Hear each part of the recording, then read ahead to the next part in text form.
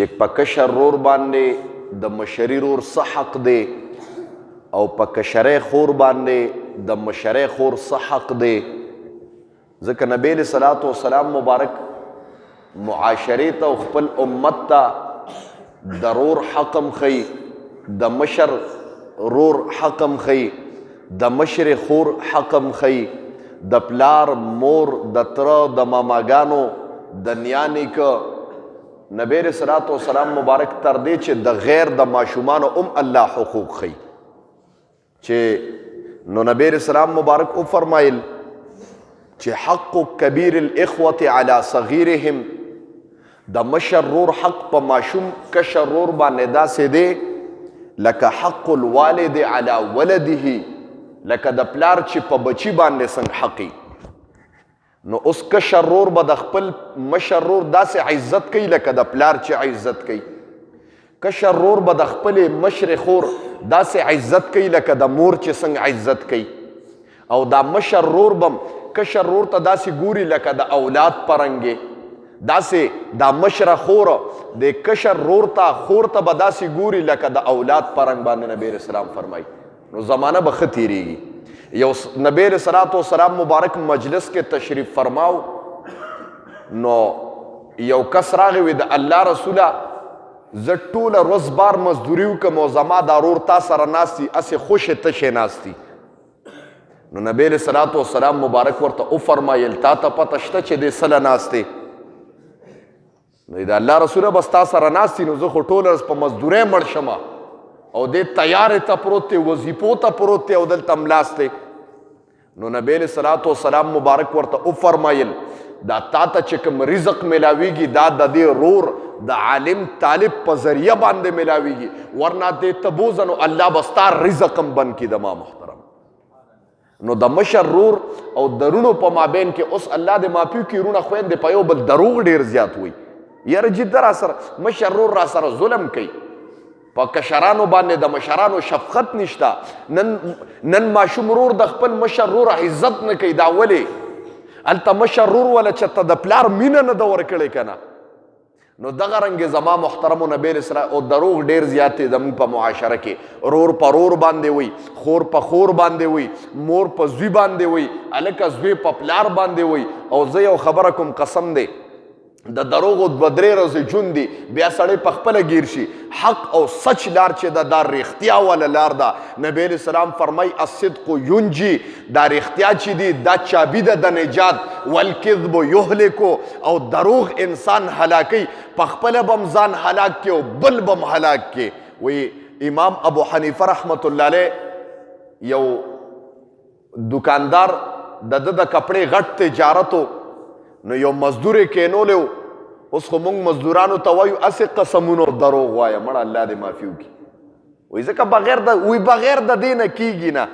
ته راشه د رښتیاو مزه وګوره، زما د پیغمبر معاشره وګوره، راشه د امام صاحب وګوره چې په رښتیاو باندې څه کیږي. نن به تا ته پته ولګېږي. وایي امام ابو حنیفه رحمت الله علیه یو مزدور دکان کې کینولی چې زما کپړه خرڅوه، او یو کپړی ورته ښکاره کړه چې په دې کپړه کې ګورې عیب دی، که دا کپړه خرڅی نو خلکو ته وایه چې دا پلانکي عیب دی پکې، نو هله خرڅوه، دروغ مه وایه. وی ښه جي. امام صاحب چې تبار اوتې و چې راغی کپړی خرڅه کړې وه. امام صاحب رحمت الله علیه ورته وفرمیل بچیه عیب دی ورته ښکاره کړی و چې دا عیب دی پکې؟ نه جي دا کار خو مې ورته نه دی کړی، عیب خو جي بیا غشتنه نو، که عیب مې ورته ښکاره کو بیا پې څه کول جي، پس چل مې پې ورپایه کوله. مونږ وی جي اومې و.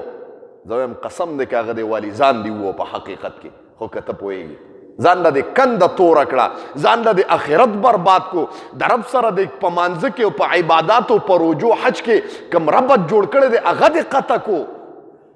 الله وی مخلوق سره دوکه ما رب سره ډایرک په ډایرک دوکه ده. ما محترمو الله دې موږ د دوکو نه وساتي. امام صاحب ورته وی څنګه دغه و؟ هغه ورته جي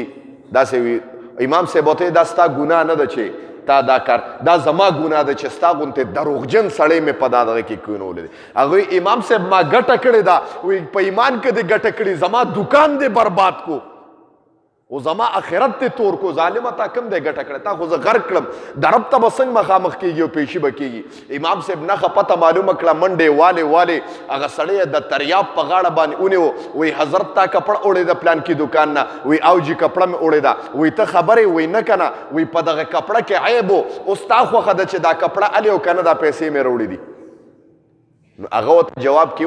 وی زه نالم عیب دی پکې نالم پیسې راکړه خپلې چې هغه پیسې ول خپلې ورکړې هغه پیسې دریاب ته وغورځولې د جیب نه نورې پیسې رابار کړې وي حضرت دا واله وی خفه کېږه ما وی تا کپړه عیب کې راکړې وه خو ما وی ته مې ووالې وی قسم دې پیسې مې دله دیسي درکړې و ما وی کس مې وو خو لیکن تا کې دومره ایمانداري وه تا کې دومره اخلاص و چې ستا د اخلاص نه زه متاثره شوم پوره پیسې مې درکړې دا واله ما وی نن رښتیا و امام ابو حنیفه رحمت الله علیه نه ګټه وکړه که دروغ یې ویلي و دیسي نوټ ورته میلاو شوي او دیسي پیسې ورته میلاو شوي وي نو رښتیا و ګټه وکړه زما محترمو که ویې نه کړه په ظاهر باندې به ټیک ته رښتیا به ګټه لږه کوي د سلو په ځای به 50 ګټي خو لیکن په ایمان دا درس ته ناست برکت به ډېر زیات کوي د هغې برکت به داسې تا ته ښکاره کېږي چې په کور به د الله پریشانۍ نه راولي ته به حرامې وګټې لیکن په کور به د یو پریشاني او درز راشي الله به تا نه وباسي بچې به دې بیمار شي بچې به د غلط کار وکړي د تاڼې قچرې باندې به درنه ولګي نور داسې بد عمل به درنه وشي الله به ټولې دنه په یو طرف والوځي حرام یې نه ټینګېږي یو خبره کومه دا درس کې بس ټایم مختصر دی وی 3 سیزونه داسې دي چې الله په دنیا کې وباسي ښه حکم ټایم مختصر دی که ویکم 3 سیزونه الله په دنیا کې وباسي دې خبرې ته توجه کوئ د دې 3 سیزونو نه به مخکې تا له مرګ نه راځي دې ته توجه کوه د ټولو نه ړومبې پکې رزق دی قرآن کې الله فرمایي حتی تستکمل رزقها تر کومې پورې تا رزق نه دی برابر کړی الله وایي تا له به مرګ نه راځي رزق پوره کړي نو مرګ به راځي یوه خبره او دویم نبی علیہ السلام مبارک او فرمایل چې چا پسې د مسلمان پسې د خندا وکړه تر کومې پورې چې تا الله دغه مسلمان پشان کړی نه په چا پسې چې د خندا کړی نه تر کومې پورې د هغې پشان شوي نه تاله به مرګ نه راځي د دې نه مخکې ته نه مرې چې څنګه تا دغه نه دی کړی دې باره کې وایي یو بزرګ په لاره روانو حافظ الحدیثو یو چوړې وله راغې د اختر ورځ چوړې دا ګټرې مټرې نه پاکوي عیسایان وی غاړه ولا ورکوله بزرګو هغه ته اغواشه چوړیا ته خو عیسایی وی دغه بزرګو په لاره روانو چتا وی کتل یو جینې و خنزیرانې سرول دا بزرګ په ماین شه ما وی زما رب وعده کړی دا چې د 3 سیزونو نه مخکې تاله مرګ نه راځي یو کس ته سپک کتلیو چې دا درنه نی او ته مرګ نه دار راځي تاله یو خو پکې رزق شو دویم چې چاته د سپک وکتل واقعا دته کوم پته به ولګېږي وی دغه بزرګ لاړه په یو جینۍ مین شو وی هغه مریدانو ته وی دا جینۍ راله وغواړئ هغه ته حضرت دا خو خنزیران سره وی که خنزیران سره او که هر سره دا ماله وغواړئ هغه چې مریدان یې لړه وی زمونږ حضرت صاحب د دې جینۍ د نکاح دپاره وی دا نکاح خو نشي کېدی مونږ خو عیسایان یو هغوی حضرت نکاح نه کېږي ځای چې ځو وایي څنګه نه کېږي حضرت اخو عیسایان دي وایي چې څه وایه ما ته قبول دي خو ما له نکاح پکار ده هغوی حضرت خدای ته وګوره عیسایان دي موږ نه کېږو مریدانو ته جولې ونیوله حضرت دا څه کې ته خو بزرګ سړی حافظ الحدیث 1,00,000 احادیث ورته په سینه کې حفظ و دما محترم دومره لوی عالم و هغې بس دا کار که کوې صحیح ده که نه د مو ستاسو لارې جدا دي هغې بیا ورله هغې ورته وی موږ شرایط منو خو زموږ 2 شرایط دي لومبی شرط چې زموږ دین به عیسایت قبلی او دویمه خبره زموږ خنزیران دي دا خنزیران به سره الا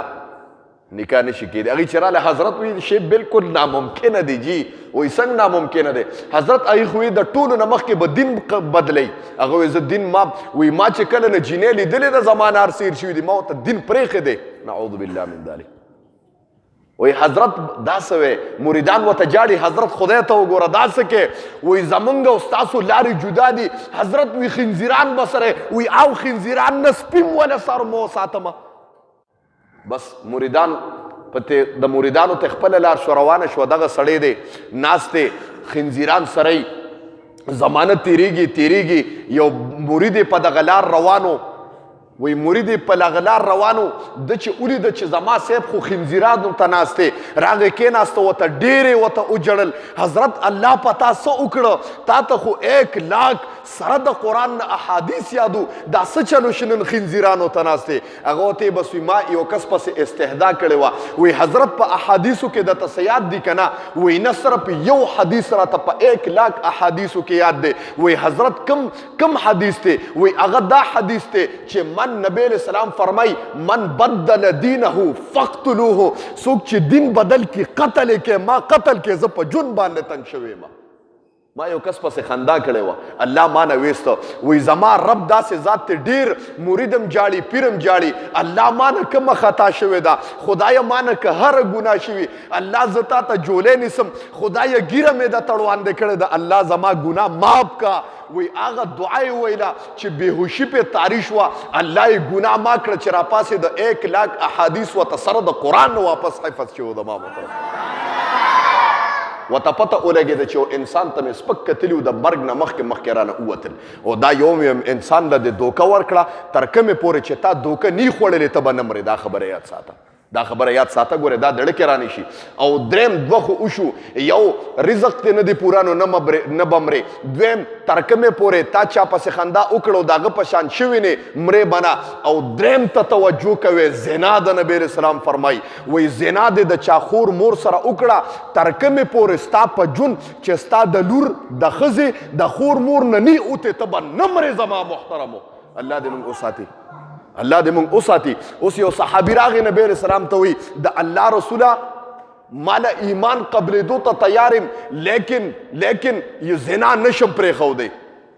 خبرې ته توجه کوې نبی علیه السلام ورته وی ښه نشي پرېښودی راشه دین قبول که صحابه ورته ډېر حیران دي دین یې قبول که لاس باندې بیعت وکړه وایي دغه صحابي نبی علیه السلام ورته په زنګونانو کېناسته وایي ته زنا نشي پرېښودی نبی علیه السلام مبارک ته وي د الله رسوله د زنا اجازه وکړه کنې دین نه قبلوم نبی علیه السلام مبارک ورته وفرمایل اجازه درته کوم لیکن جواب راکړه اتحب لامک د خپلې مور دپاره خوښی چې ستا مور سره څوک بد عملي وکړي د الله رسوله دا څه نبی علیه السلام ورته وي اتحب لاختک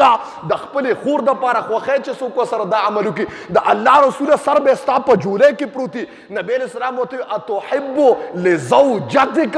د خپلې ښځې دپاره خوښی چې څوک ورسره بربنډ سملي د الله رسوله باس پوه شم زنا مې د الله رسوله پرېښوده وی نبی علیه السلام وله نبوت واله لاړې خوله کې واچولې وی قیامت سبا شي خو بیا به زما خپلې ښځې ته هم شهوت نه راته د ما محترم داسې ایمان پکې الله واچو ما ووې د 3 سیزونو نه مخکې مرګ نه راځي ړومبې رزق دی دنیا کې نه دی برابر کړی دا خبرې به تاسو ته ګپ ښکاره کېږي خو قسم دی ګوره حدیثو ته ناست یم حقیقي او زما د خدای او د رب خبرې دي زه اکثر ویم ځمکه اسمانونه جنګېدی شي لیکن زما د پیغمبر او د رب خبره دروغ کېدی نه شي یو رزق دی نه دی برابر کړی مرګ نه راځي دویم چا پسې د استهزا او خندا دوکه دی ورکړه تا دوکه نه یې خوړلې او د هغه په شان شوي دی مرګ نه راځي او دریم چې د چا خور مور لور سره د زنا وکړو ستا په جون اوتیني تاله به مرګ نه راځي واخر دعوانا الحمدلله رب العالمین حدیث ته وکې دی حق کبیر الاخوة حق د مشر رور علی صغیرهم په کشر رور خپل باندې حق الوالد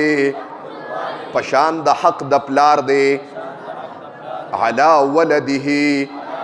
په شان د بچی خپل واخر دعوانا الحمدلله جی